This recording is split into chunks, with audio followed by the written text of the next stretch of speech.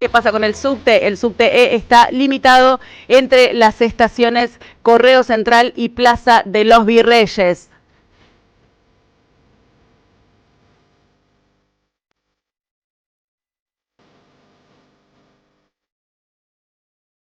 ¿Y qué pasa con el tránsito? Hubo un choque múltiple en autopista 25 de mayo, colisionaron dos camiones y un auto en la bajada Entre Ríos, sentido oeste, así que un poco de paciencia a quienes vengan por esa zona.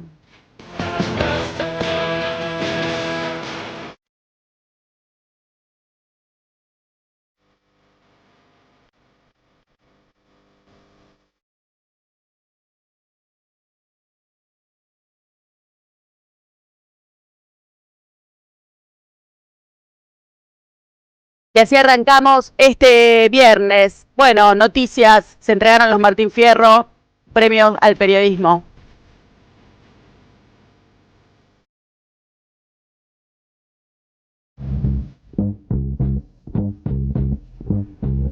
En el día de ayer se entregaron los Martín Fierro al cable en un momento en el que la labor periodística está tan vapuleada. Bueno, es un mimo más allá de todas las críticas que uno pueda tener respecto al premio. La verdad es que fue un mimo para la profesión. El Gato Silvestre se llevó el Martín Fierro de oro. Y voy a saludar a mi compañera, que la tengo a mi derecha solo por una cuestión circunstancial, Carolina Valderrama. Muy buenos días. Muy buenos días. ¿Cómo estás? Estoy muy bien, muy temprano, pero qué linda muy bien. remera que tiene Carolina Valderrama. Ahí la mostramos ahí en el streaming. Hermosa. Con esta remerita porque vengo con el Encuentro Plurinacional de Mujeres y Diversidades encima. Así que todavía, la traje especialmente. Muy bien. Bendecida por el gauchito de camino a casa, de vuelta a casa. Ah, está bendecida. Pero viste que te acercas, pones tu bolsita con cositas, tocando la imagen. Bueno, y esa es la forma de... Esa es la forma de bendecir. Yo copié lo que vi que alguien hacía. Está muy bien. Está muy bien. Saber popular se llama Así eso. Es. Bueno, y hablando de saber popular, ayer se llevó adelante, vamos a arrancar con la agenda, un congreso, un evento antivacunas, que ellos le llamaron Ateneo Científico, pero que de científico tuvo bastante poco, un evento antivacunas en el Congreso de la Nación, organizado por Marilyn Quirós, que es una diputada del PRO, pero que fue una férrea aliada del oficialismo y el gobierno nacional durante todos estos años. Y básicamente lo que fue eso es un evento de negacionismo sanitario. Vamos a escuchar el audio y después nos metemos un poquito en este tema.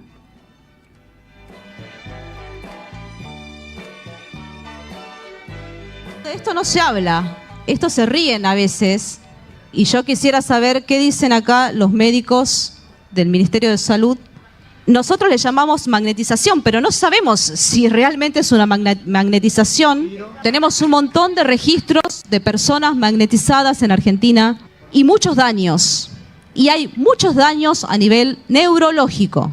Acá, como decía el doctor Guetor, de la inflamación, es así, es lo que estamos viendo. Por eso me interesaba mostrar estos datos para ver la correlación. Hay problemas cardiológicos, sí, pero hay alguien que tiene trombosis y a la vez tiene depresión, tiene pánico. Acá están afectando al sistema neurológico y los datos son contundentes. Entonces esto hay que mostrarlo y hay que hablar de esto. No me pueden venir a decir a esta altura que no hay daños en la salud post vacuna COVID. Bueno, esto decía Lorena Di Blasi ayer en el Ateneo. Es importante aclarar que contra este evento antivacuna y este negacionismo sanitario se venía pidiendo desde las sociedades médicas, desde los diferentes bloques de la Cámara de Diputados, que no se llevara adelante por el nivel de peligro que puede tener en la sociedad, en un contexto en el que Argentina, por ejemplo, en todo lo que tiene que ver con la vacunación infantil, está en su mínimo histórico. Bueno, esto que cuenta Di Blasi en el audio fue como uno de los momentos más bizarros del evento, que fue cuando una persona se sacó la ropa y se empezó a poner imanes en la piel, ¿no? Como una forma de explicar que la vacuna del COVID le había generado imantación. Sí, fue una perfo, ¿no? Una perfo en el Congreso. Y también recordemos que hace poco también la diputada chaqueña, Marilu Quiroz, en declaraciones a la prensa, el periodista le preguntaba, ¿y usted a qué se dedica? ¿O a qué se va a volver a dedicar después que termine su mandato? Y dice que ella se dedica al campo. Entonces le pregunta a este periodista, ¿y qué pasa si alguno de los animales que usted tiene en el campo está enfermo de algo? ¿Lo vacuna o no lo vacuna? Y la dejó ahí, no, sí, lo vacuno. Entonces la dejó en ese plano, ¿no? Es importante esto del negacionismo porque más allá de algunas decisiones individuales hay un calendario y hay muchas enfermedades que están volviendo. Bueno, en el caso, hablábamos recién de la vacuna infantil, el refuerzo contra la poliomielitis descendió un 50%. La vacunación. Algo parecido pasó con la triple viral. Digo, estamos hablando de infancias, estamos hablando de vulneración de derechos, no empezamos a meternos con un montón de otros temas también, no solo lo bizarro y lo performático de algo que hasta nos podría llegar a causar gracia en la situación si no fuese tan grave, ¿no? Bueno, son discursos que desinforman, porque básicamente tampoco vemos campañas para promover las vacunaciones obligatorias, entonces son discursos que van sosteniendo sobre otros y desinforman. Que claramente esto se hace porque hay una política pública desde el gobierno nacional que tiene que ver con el vaciamiento de la salud, que tiene que ver con la estigmatización de los médicos, lo vimos durante todo el conflicto del Garrahan, ¿no? La estigmatización de todos los profesionales de la salud. Bueno, esto viene concatenado. ¿Quiénes estaban ayer? Porque uno dice, bueno, un ateneo científico. Bueno, había todas las organizaciones activistas antivacunas, ningún rigor científico en todas las exposiciones. Y las experiencias que se contaron eran todas experiencias sacadas de las redes sociales, hablando de desinformación, ¿no? También de lo que genera la red social como catarata de desinformación y difícilmente podría ser llevada a un congreso científico como una prueba, ¿no? Sí, lo que pasa es que tenés el marco del Congreso mismo, de la Nación, que de alguna manera legitima estos discursos, como dices vos, sin una competencia científica de redes sociales, pero a la vez que van generando un sentido común en torno a estos temas. A ver, sabemos que no hace falta derogar leyes para que las leyes no funcionen. Claro. Entonces, al vaciarlas y al armar estas contrainformaciones, es una forma de, en este caso, debilitar la salud pública. Tal cual. Y bueno, una de las principales estrellas de este congreso fue Chinda Blandolino, que es esa médica también que circula mucho en redes sociales, que se caracteriza ¿por sostener noticias falsas sobre la salud pública en general. Bueno, esa fue como el personaje más importante que tuvo este Ateneo en el día de ayer.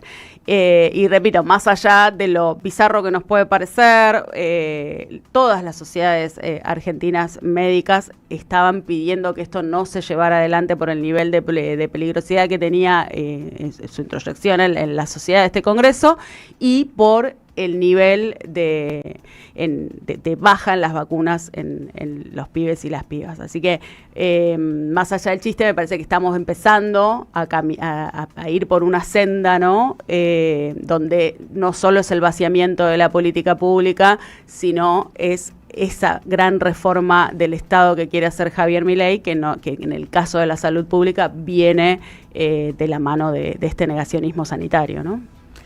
Exactamente, el debilitamiento de la salud pública como un derecho. Exactamente. Bueno, lejos quedó esa época en la que el calendario de vacuna infantil era obligatorio y entonces para poder entrar a la escuela tenías que mostrar el calendario de tu hijo, tu hija, tu hije con todas las vacunas puestas. Digo, bueno, nada, ¿no? El cambio de paradigma me parece que es claro. Y está bueno recordar también en qué otro país vivimos en algún momento. Sobre todo en estos temas que estamos hablando de salud pública. Sí, ¿no? Hay un cambio de códigos, ¿no? Un cambio de forma del vivir en esta ciudadanía nuestra, que es bastante chocante y a la vez te deja un poco que no sabes para dónde ir. Por ejemplo, andas en la ruta que veníamos manejando desde Corrientes, sí, prácticamente la mayor parte de los autos sin patente. Bueno. ¿No? Y hoy no está prohibido eso. Hoy, claro, hoy ya está permitido. En algún momento uno veía un auto sin patente y pero lo primero decía es, bueno, ¿qué hace este auto sin la patente? O empezabas a concatenar a ver qué podía. Bueno, hoy no pasa nada. O sea, ni hablar el estado de las rutas. Ayer tuvimos una nota con gente de vialidad y el estado de las rutas, el nivel de accidentes que estamos teniendo en Argentina. Que los camiones, por ejemplo, en determinados momentos no podían andar. Bueno, eso ahora es realmente sin ley en las rutas.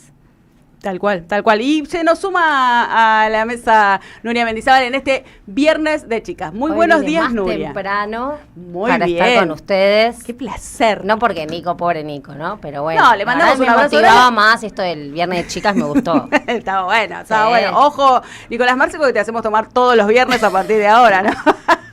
Y nos quedamos nosotras con el aire. Le mandamos un beso grande a Nico, que está sus merecidas vacaciones. Que nos esté escuchando y que esté descansando. Claro, esperamos que se levante más tarde.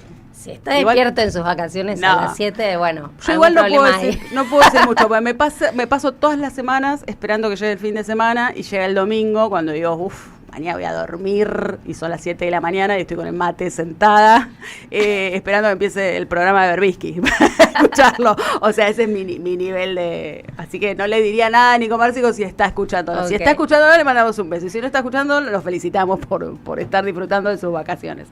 ¿Qué pasó en el día de ayer en La Plata? Se llevó adelante el encuentro provincial de la cultura bonaerense. También hablamos de cambio de paradigma y hablamos de vaciamiento. Recién hablábamos de salud pública, ahora hablamos de cultura.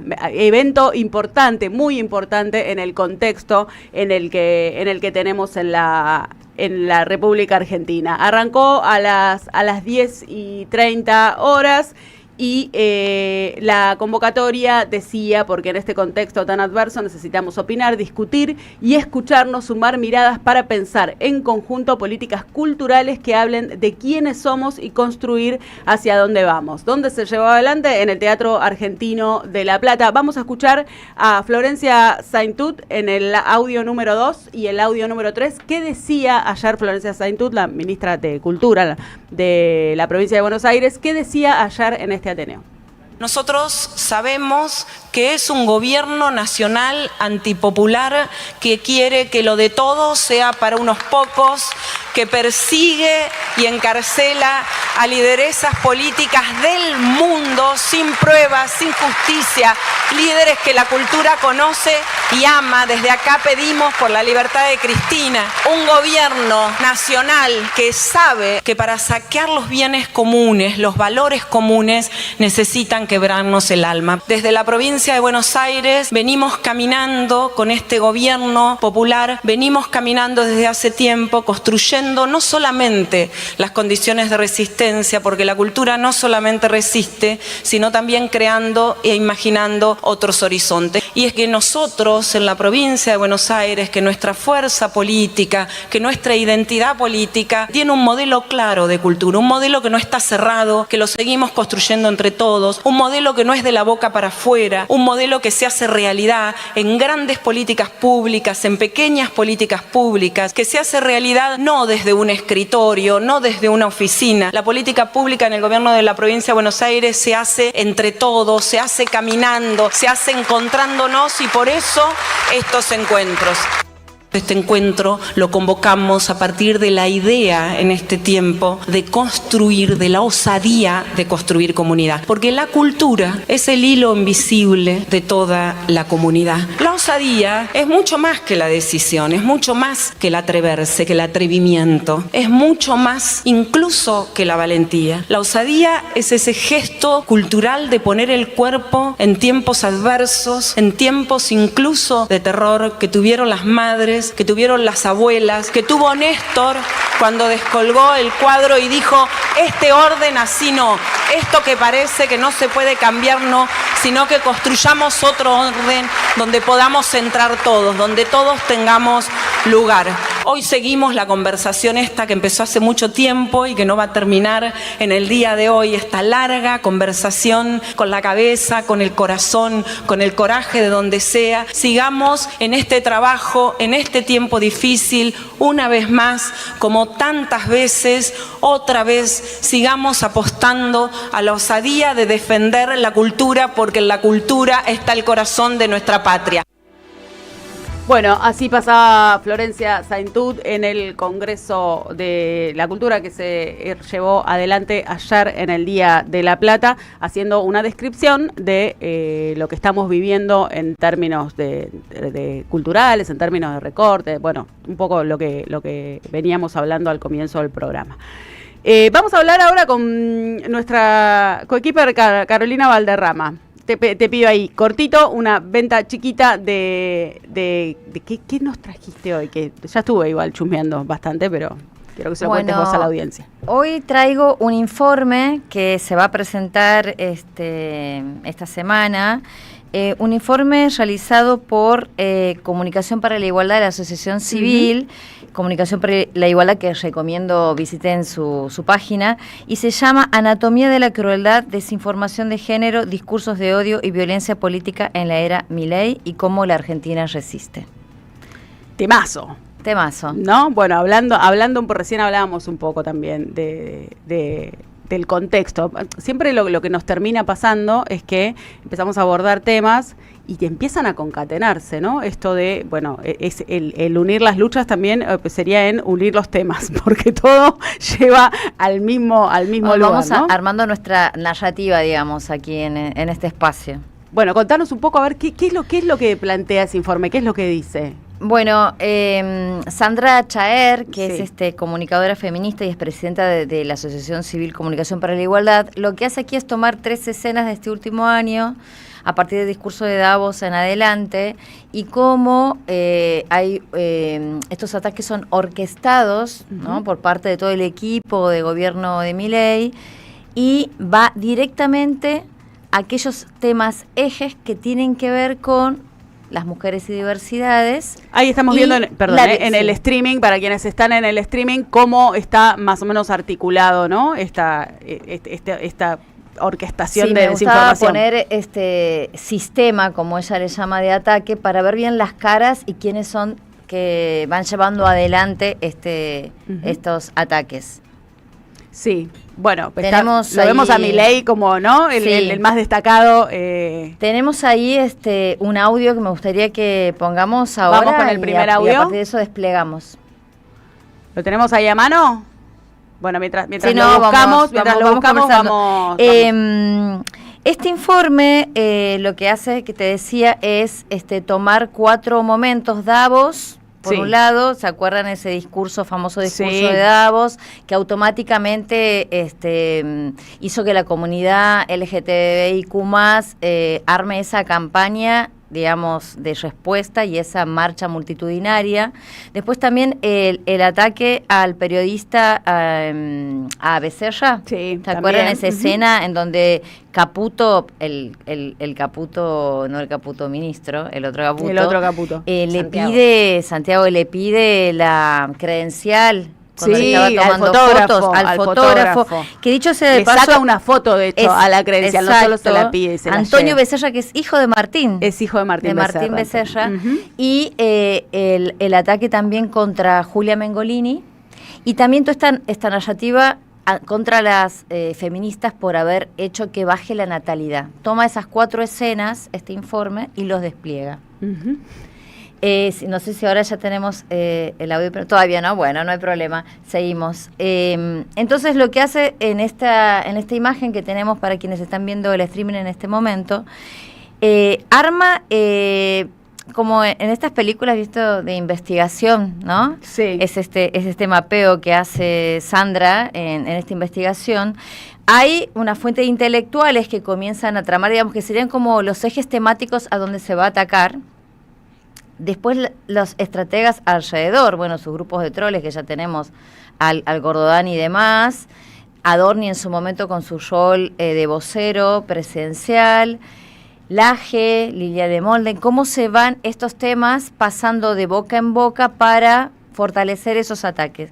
Y en estos días, que es interesante también, en esto que vos decías, concatenar las luchas, en estos días, el 19 de noviembre, hace muy poquito, se presentó ante la CIDH, la Comisión Interamericana de Derechos Humanos, el CELS, el CIPREVA, el Sindicato de Prensa de Buenos Aires, FOPEA, el Foro también Argentino de Periodismo, y ARGRA, la Asociación de Reporteros Gráficos, presentaron esta exposición en la 194 sesión de la CIDH en la Universidad de Miami, a la que acude también Julián Mengolini, bueno, para denunciar los ataques a la libertad de expresión. Y pensaba, ¿no? ¿Ustedes se acuerdan que el del caso Kimel? Sí. ¿No? Del periodista, escritor, Eduardo Kimel, que escribe un libro en los 80, en el 89, sobre la masacre de San Patricio, donde cuenta estos asesinatos llevados adelante por parte de la dictadura de 2 seminaristas palotinos y 3 sacerdotes en San Patricio, en Belgrano, en el barrio de Belgrano.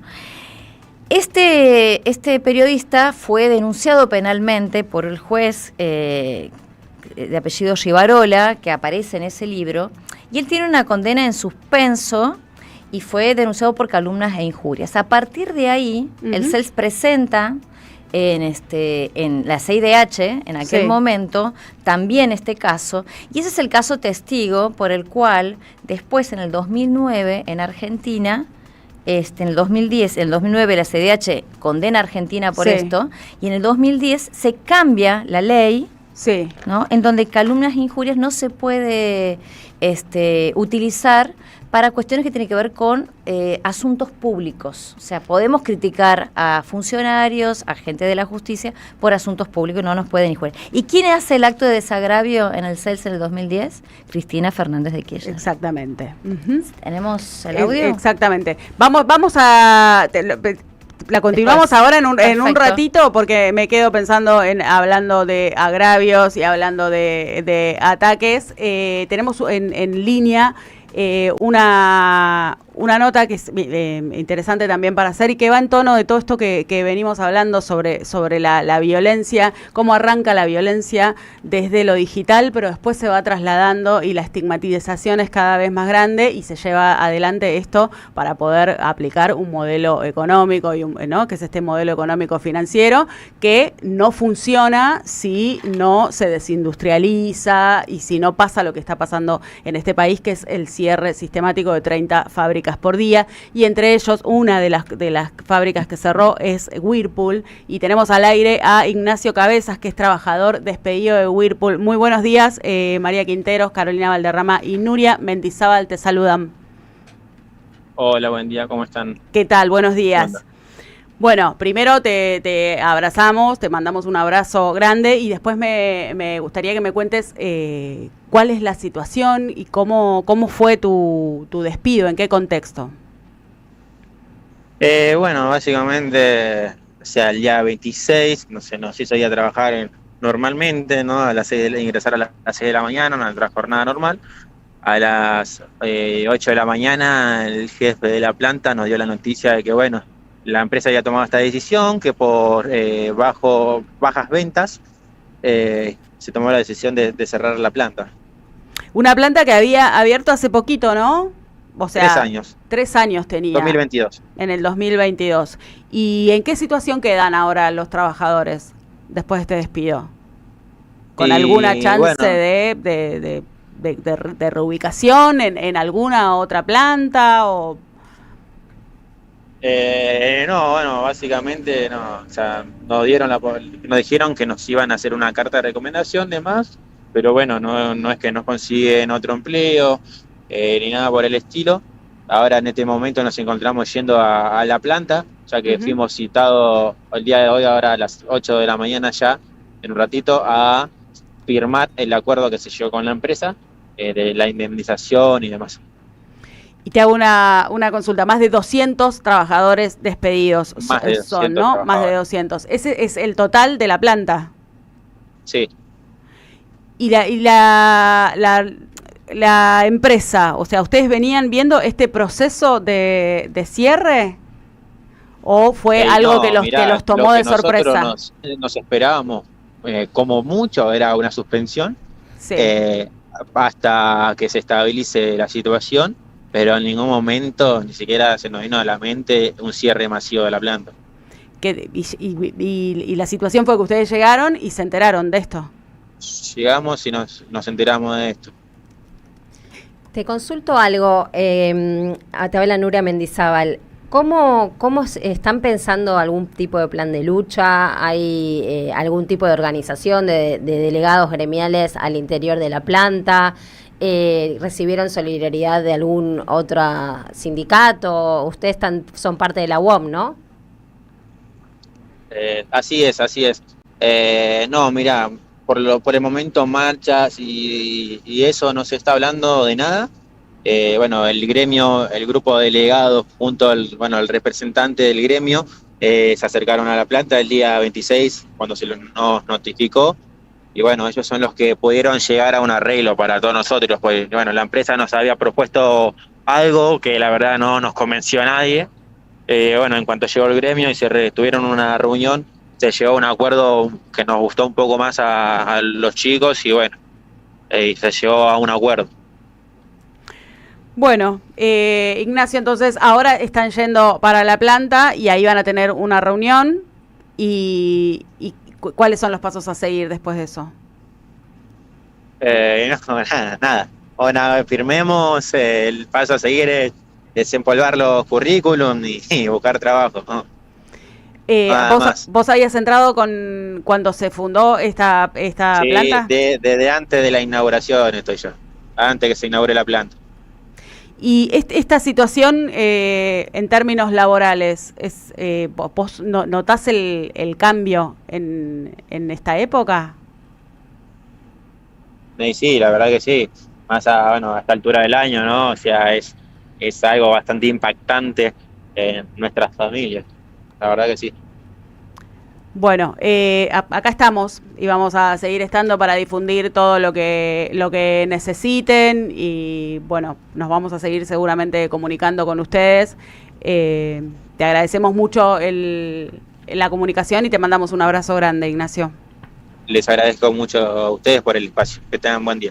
Pasaba Ignacio Cabezas, trabajador despedido de Whirlpool. Qué difícil, estamos entrando a diciembre, ¿no? Se vienen las fiestas, toda esta época del año. Nos vaya acordando diciembre es que ya no teníamos, ¿no? Hace mucho tiempo, ¿no? Diciembre es... ¿Te acordás lo que eran los diciembres conflictivos? Sí. Era increíble igual, porque los diciembres, yo me acuerdo durante el kirchnerismo, el gobierno de Cristina, siempre pasaba algo terrible, e incluso los medios si viene diciembre, no sé qué. Sí. Y si uno ve las condiciones materiales en el contexto en que eso surgía y lo que pasa hoy, es llamativo, no es para pensar. El aplacamiento que genera también la crisis. Uh-huh. Lo que no quiere decir que haya un proceso de acumulación, de malestar y de situaciones. También hay algo de lo que vos planteabas, me parece que es clave, que es la batalla cultural. Uh-huh. Es el poder dar un diagnóstico. ¿Cuál es el diagnóstico? De por qué estoy viviendo lo que estoy viviendo. Creo que hay algo del individualismo, ¿no?, que se propone, del acallamiento de los referentes, que hace que también situaciones como esta, las que comentaba el trabajador de Whirlpool, se vivan en tono individual, ¿no? Cuesta poder pasar a los 90, ¿no? Llevó mucho tiempo, incluso mucho el poder también de las organizaciones de desocupados, logró poder dar un relato a lo que estaba pasando, que era el desocupado, estaba desocupado no porque haya hecho algo mal, no porque no servía, sino porque había un plan, un programa económico que implicaba necesariamente tener 2 dígitos de desocupación. Creo que hoy estamos empezando con claridad a tener estas situaciones, estas experiencias individuales que aparecen todos los días, todo el tiempo, pero que hay una batalla cultural por dar y que creo que en ese sentido también tiene la lógica del que sale a decir matarlo, claro, y controls y demás, porque ahí es el relato. ¿Cuál es el relato que explica que en diciembre me estoy quedando sin trabajo y que tengo que desempolvar los currículums? Y nosotros que seguimos quizás los datos, ¿no? Uh-huh. Y uno ve las estadísticas, pero no lo vive en el día a día, sabemos que va a ser muy difícil. ¿no? Esa situación. Si no hay lucha, va a ser muy difícil. Por lo cual, bueno, nada, me parece temas aislados, pero que en definitiva hay que tejer puentes y sumar, ¿no? Y poder dar una explicación general sobre la situación en la que estamos. Eso que decías me hace acordar mucho a esto como, ¿no? Esto de las gramáticas, cuando hablábamos, por ejemplo, de crimen pasional, decíamos, no es algo aislado, no es la pasión no mata, y todo lo que tuvimos que ir trabajando desde esta gramática del sentido común, en que eran femicidios, y que cuál era la diferencia entre un crimen pasional y un femicidio. Te matan por ser mujer, la violencia extrema, y que algo que tenía que ver con estas condiciones patriarcales, machistas, de desigualdad. Cómo hubo que reponer un montón para poder entender que era una problemática social, claro, no porque estabas con la pollerita corta, digo, ¿no? Y en esto que vos decías recién, Nuria, interesante también pensar en el marco de legibilidad que nos impone, por ejemplo, cuando Milei dice, no pasa, no están mal si no están muertos. O sea, digo, no pasa nada en la sociedad si no están muertos, si no tienen hambre, o sea, no están muertos de hambre, no están muertos de hambre. Claro. O sea, se va corriendo la percepción, ¿no? de cómo es leído el estado de bienestar, entre comillas, ¿no? No hay muertos en la calle, no, y también frases como lo peor ya pasó, que es lo que se instala ahora, ¿no? Bueno, lo peor ya pasó. Bueno, no, al contrario. Creo que lo peor no pasó, porque ahora vamos a empezar a ver cada día más los efectos estructurales de las políticas estructurales, que tienen un tiempo, no hay un timing en los procesos sociales históricos también. Tal cual, pensemos además que vamos por el segundo año de Milei, o sea, el nivel de profundización y de acelere que tuvo esta transformación es gravísimo. Y pasamos desde, que ahora vamos a retomar con el tema, porque como bien decías vos, Nuria, es como, me parece como el puntapié, ¿no? Sale un artista y critica, entonces tiene una agresión constante. Bueno, lo de Julián Mengolini es el extremo, porque además utilizaron inteligencia artificial, se metieron con su intimidad, su familia. Pero hay el nivel de violencia ante quien piensa distinto. Bueno, tiene la agresión contra los periodistas y las periodistas también es muy grande desde el gobierno nacional, y obviamente todo esto es el plan sistemático para sostener este sistema económico financiero y llevar la reforma, porque todo esto, este trabajador de Whirlpool y todo esto que venimos describiendo, que va concatenado, ¿en qué termina? Por ejemplo, en una reforma laboral que se va a llevar adelante aún sin consenso, ¿no? Porque la quieren llevar adelante igual, que lo que va a hacer es sistematizar esa precarización que tiene este trabajador de Whirlpool con el que acabamos de hablar ahora. Bueno, ese es el objetivo final. Para llegar a ese objetivo final se ponen en engranaje y a funcionar un montón de todas estas violencias y este cambio cultural. Por eso está bueno pensar todo articuladamente. Ahora en un ratito seguimos con tu columna y después nos vamos a meter también en lo que nos trajo Nuri, que te pido ahí una venta cortita. Tengo dos antes temas, de la tanda. Pero bueno, vamos a priorizar el primero. Hay un informe de violencia doméstica justamente que sacó la Corte Suprema de Justicia, que me parece muy relevante, salió esta semana, dar los datos y comentar de qué se trata. Bueno, vamos a ir por ahí, entonces ahora vamos a una tanda, volvemos en un ratito. AM530, 20 años. Hola, soy Liliana Herrero. Es muy importante que celebremos este aniversario porque esa radio contiene la memoria más profunda que tiene esta patria. La memoria de la lucha, la memoria del dolor, pero la memoria de la celebración también por esos años de lucha que han tenido las madres de Plaza de Mayo. Es un triunfo nuestro ese, de ellas y de nosotros. Somos Radio AM530. Tronador, agua mineral, botellones y dispensers para el hogar y la oficina. Hacé tu pedido al 4201-2627 o mandanos un mail a info@aguatronador.com.ar. Tronador, agua de mesa envasada. 12 de octubre 632 en Avellaneda. Sistema colonial develado de Jean-Louis Bastey, un libro clave para comprender los pilares centrales del colonialismo en la pluma del que fuera el principal teórico de la Revolución haitiana, con un estudio preliminar del historiador argentino Juan Martínez Pería. Conseguilo en librerías y en edicionessicus.com.ar. Te esperamos en nuestra librería Café de Adolfo Alsina 685, Capital Federal. Ediciones Sicus. Libros para una cultura de la integración. Seguí a la Cámara de Diputados de la Provincia de Buenos Aires a través de sus redes sociales y entérate de todas las actividades legislativas en Instagram y Facebook como @diputadosBA y en Twitter como HCDiputadosBA. En Lanús trabajamos por una ciudad más segura. Inauguramos la primera base de operaciones de la Fuerza Barrial de Aproximación de la Policía Bonaerense e incorporamos 20 móviles y 240 efectivos policiales. Sumamos 75 nuevos vehículos y 200 agentes de seguridad ciudadana a través del programa Lanús Te Cuida. Además, continuamos con el programa de formación y capacitación permanente para nuestros agentes locales. La ciudad que nos merecemos es una Lanús segura. Lanús Gobierno.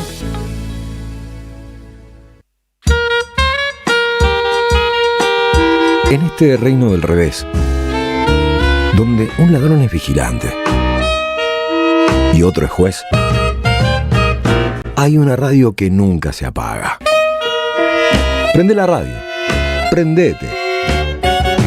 AM530, 20 años.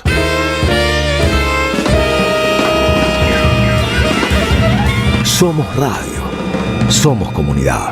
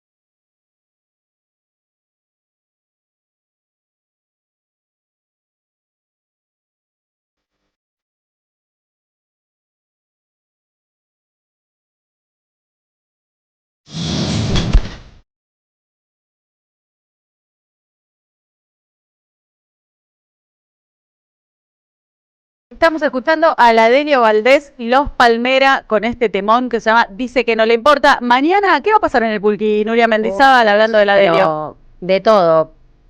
Nos viene a visitar Black Rodríguez Méndez, integrante de la de Leo Valdés. ¡Aplausos! Esto va a ser ahí un ratito antes del pase. Antes va a estar en la mesa ahí de Sin Diarios también Juan Manuel Rega. Y finalmente con Camilo viene Irina Hauser, Patricia Malanca y bueno, va a haber música. Así que desde las 9... los esperamos en el Pulqui, siempre sucede algo mágico ahí. Exactamente. Olorcito café. Las medialunas del Pulqui, vayan a probar esas medialunas del Pulqui. Es un buen espacio de encuentro. Yo lo recomiendo porque todos los días voy diciendo, uy, a la mañana otra vez y no sé qué, y me voy súper feliz. Así que nada, recomiendo que nos vengan a visitar. Bueno, mañana entonces nos encontramos todos y todas ahí. Recuerden siempre en estos momentos, y ahí también le vuelvo a dar el pase a Carolina, donde la virtualidad es tan violenta, ¿no? El encuentro personal y estos momentos de afecto entre todos y todas son vitales para el día de hoy. Sí, yo digo siempre hackear el algoritmo, ¿no? Con la presencia. Bueno, retomando lo que hablamos hace unos momentos, traje este informe de Comunicación para la Igualdad, cuya presidenta es la comunicadora feminista Sandra Chaer, y realizó este informe denominado Anatomía de la Crueldad, Desinformación de Género, Discursos de Odio y Violencia Política en la Era de Milei y Cómo Resiste Argentina. Sí. Tomando 4 escenas: el discurso de Davos, que fue contra la comunidad LGTBIQ+ y las mujeres, los ataques a periodistas, en particular al fotógrafo Becerra, que me acabo de olvidar el nombre de pila, cuando Santiago Caputo toma una fotografía de su credencial, a Julia Mengolini y las deepfakes, estas deepfakes pornográficas, en donde por inteligencia artificial se realizaron videos, utilizando su familia, ¿no? Y a ella misma, y ataques también contra su persona en la vía pública. Y toda esta situación de la baja de la natalidad, culpando a las mujeres, al discurso, entre comillas, woke y demás. Pero si quieres, escuchamos un audio. Tenemos un audio ahí para escuchar. Hicimos esta investigación muy preocupadas por documentar todos los ataques a la libertad de expresión que está habiendo, particularmente para mujeres y colectivos de la diversidad. Y nos interesaba especialmente profundizar en la desinformación de género, porque venimos registrando ya desde el año pasado, e incluso desde antes de la campaña, que gran parte de las estrategias de comunicación del gobierno tienen que ver con la mentira y la desinformación, o sea, la manipulación de la información y la mentira. Entonces el informe se focaliza en 4 episodios de este año, que era un año electoral donde suele aumentar la desinformación, y 3 tienen que ver con temas de género: el discurso del presidente en Davos y todo lo que se generó alrededor de eso, las narrativas sobre natalidad contrarias a la legalización del aborto y el ataque a Julia Mengolini. Y después hubo un 4º episodio vinculado a periodismo, porque el periodismo es uno también de los objetivos, de los targets de los ataques del gobierno, y en ese espacio se define todo lo que tiene que ver con libertad de expresión, y nos parecía fundamental, que también es una agenda prioritaria de nuestra organización. Bueno, retomando un poco lo que decía Sandra Chaer, estos ataques son sistemáticos, se ejerce una violencia política, y también podemos decir la dimensión de lo público de la violencia política, porque uno de los objetivos es acallar las voces, ¿no? De aquellos y aquellas y aquellas que presentan un discurso considerado contrario a lo que este gobierno, en manos de Javier Milei, denomina la famosa batalla cultural. Y para cerrar, este informe se va a presentar el día martes 2 de diciembre en la Fundación Boll, Heinrich Boll, que es una fundación alemana cuya aporte ha facilitado este informe, que queda en Lavalle 462, y está ya en línea en la página de Comunicación para la Igualdad. Interesante, ¿no? Porque, bueno, volvemos a lo mismo, a callar voces y la violencia siempre atravesando absolutamente todo lo que tiene que ver con el momento en el que estamos viviendo. Eso me parece también de un nivel gravísimo, porque en algún momento fue el amor vence al odio, y hoy lo que no pasamos como al otro extremo, que es la violencia atravesando el todo, violencia política, violencia económica, violencia, y y ahí aprovecho también para darte el pie a tu tema, Nuri. Bueno, miren, de general yo saben que hablo de economía, hablo de energía, bueno, pero hoy traje otro tema porque a veces lo que yo noto, y bueno, es algo que uno estudia también, es la importancia de las estadísticas para visibilizar fenómenos, como decías, ¿no? Fenómenos que parecen individuales o que suceden puertas adentro de las casas, o puertas adentro de las fábricas, ¿no? Como vimos recién en el caso de Whirlpool. Y la construcción de una estadística es lo que permite no solo después estudiar los temas, sino también visibilizar la concatenación. No lo voy a intentar, ya está, lo dejo. La articulación de los distintos tipos de fenómenos sociales, en este caso las violencias. Este informe sale de la Oficina de Violencia Doméstica de la Corte Suprema de Justicia de la Nación, que tiene, justamente, gracias a los feminismos y a las luchas, se consiguió muchos años atrás que existiera esa oficina dentro de la Corte Suprema. Esa oficina en realidad recibe denuncias y a partir de recibir denuncias se construyen estadísticas con los datos que de los expedientes, ¿no? Y sale un informe esta semana, el 25, muy relevante, porque analiza datos agregados de 2020 a 2024, o sea, estamos hablando de 4 años de trabajo, y por primera vez se trabaja también, se incluye el hecho de la violencia económica, incluyendo como violencia económica la falta del pase, digamos, de manutención hacia las mujeres de los hijos de parejas o exparejas. ¿Cuáles son las principales conclusiones? Voy a ir al punto. Más o menos, como para tener un registro, estamos hablando de la Ciudad Autónoma de Buenos Aires, es donde se hacen no estamos hablando de todo el país, pero se recibieron en este periodo de 4 años 25.119 casos de mujeres afectadas con algún tipo de violencia doméstica. De esos casos, de ese total, el 69% viene de exparejas, el 28% de parejas convivientes y 3% solo de parejas, noviazgos y demás. La frecuencia, que es muy relevante para ver el contexto de la violencia y el nivel de cotidianeidad, es de diaria a semanal en el 65% de los casos. Estamos hablando de vivir tu vida cotidianamente en esa situación. En un marco de violencia. Y por distintos indicadores de riesgo, los investigadores analizan que alrededor del total de casos, el 35% se encuentra en una situación de alto riesgo en la situación de violencia. El periodo promedio de maltrato de las personas que fueron a denunciar son de 7 años. De 10 años de situaciones quizás de convivencia y 7 años de maltrato de frecuencia diaria. De violencia sistemática, ¿no? Sí. El 80% en ámbitos privados, o sea, dentro de la casa.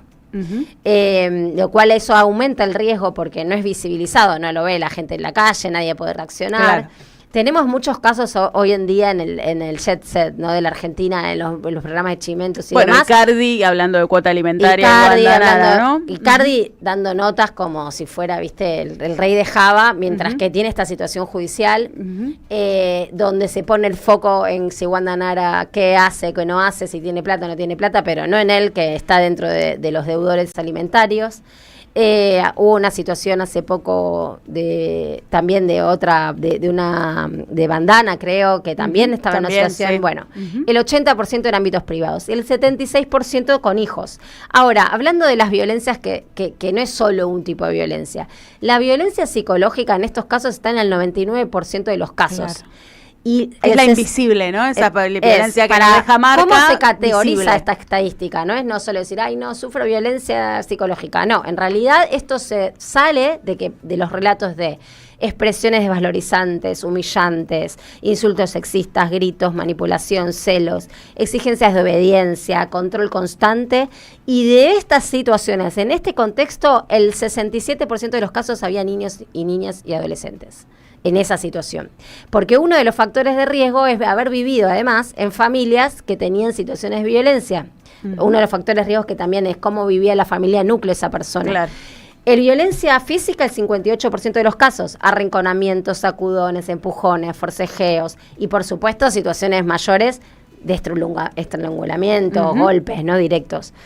Y ahora me quiero detener, violencia sexual, el 11% de los casos, episodios diarios o semanales en el 11% de los casos, forzamientos, relaciones no consentidas, el negativo de uso de anticonceptivos. Estoy nombrando, es incómodo quizás un viernes así de mañana, pero me parece importante visibilizar de qué estamos hablando cuando hablamos de violencia sexual. Porque aparte hablamos de un femicidio cada 35 horas en la República Argentina hoy también. No es que esto es un tema que lo traemos porque es un contexto, por eso hablamos de una violencia sistematizada a nivel social, ¿no? Lo que tiene este informe como más revelador y generó bastante revuelo, sobre todo que sale de la Corte Suprema, es la violencia económica patrimonial, que está en el 39% de los casos registrados, y el 49% del total de casos es de incumplimiento de obligaciones alimentarias.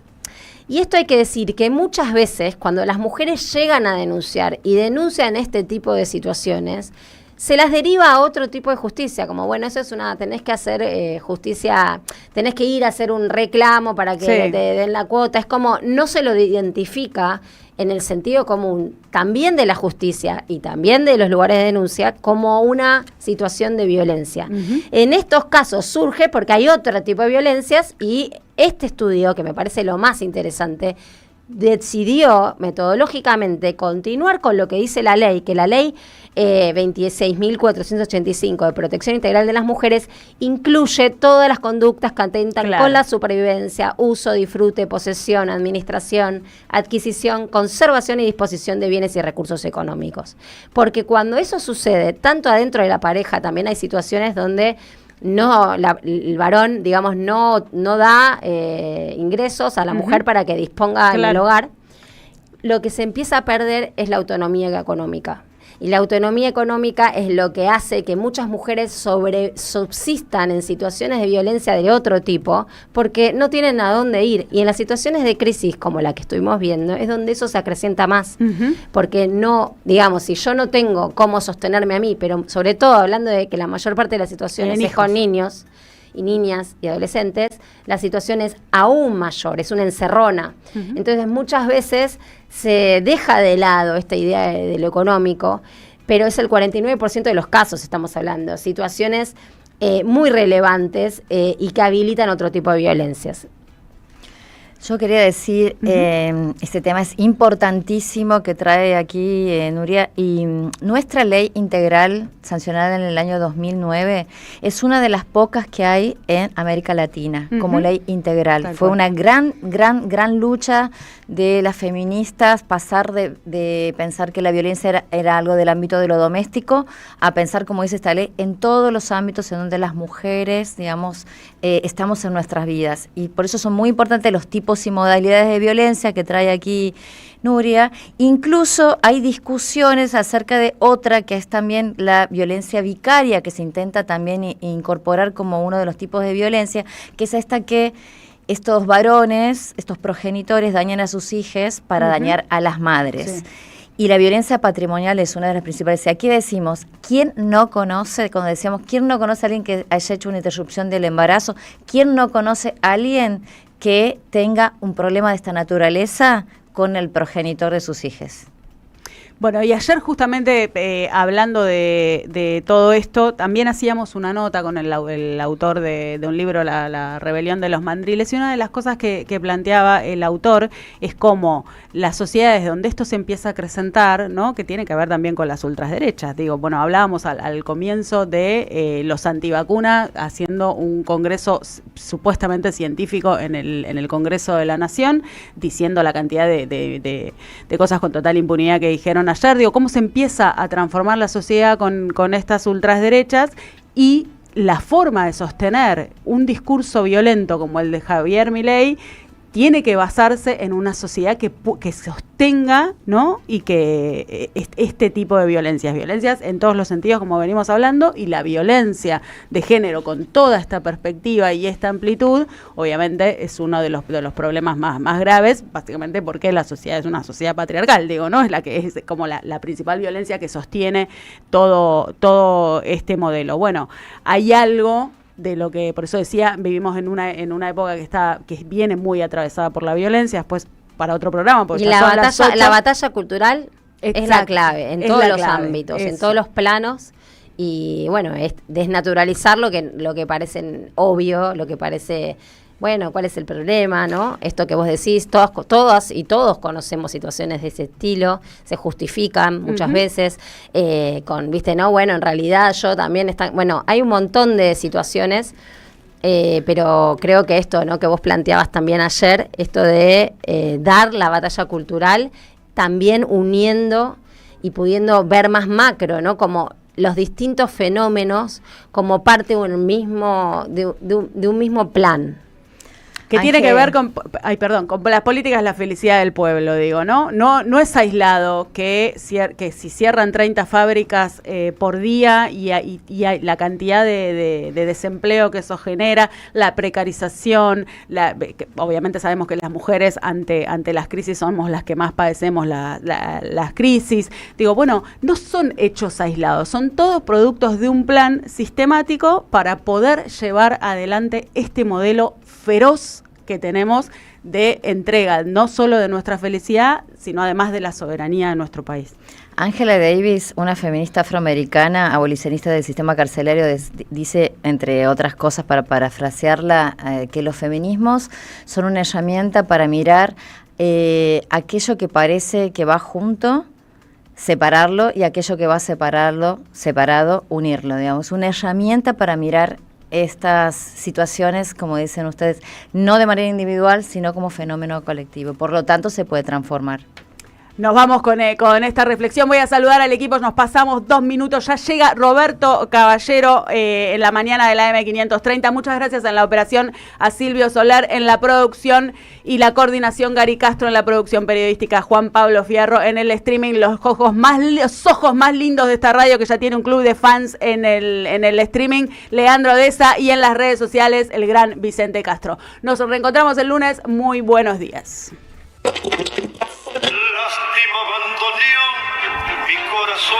En tiempos difíciles, regálese una radio.